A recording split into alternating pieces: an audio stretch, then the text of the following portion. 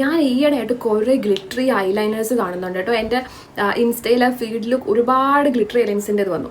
അങ്ങനെ ഞാൻ വിചാരിച്ചു ഞാനും ട്രൈ ചെയ്ത് നോക്കാം. ഞാൻ ഇതുവരെ ട്രൈ ചെയ്തിട്ടില്ല. സോ അങ്ങനെ ഞാനും ഒരെണ്ണം വാങ്ങിച്ചിട്ടുണ്ട്.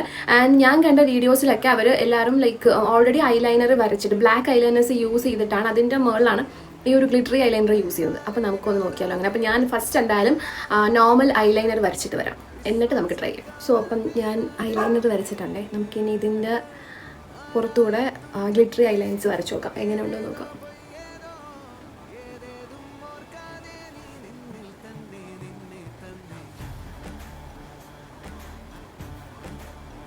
ഇതല്ല ഞാൻ ഉദ്ദേശിച്ചത്.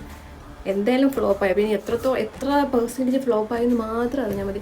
പക്ഷെ ഞാൻ കണ്ട വീഡിയോസ് എൻ്റെ മുടിയിൽ വെറുതെ ഗ്ലിറ്ററാണ്.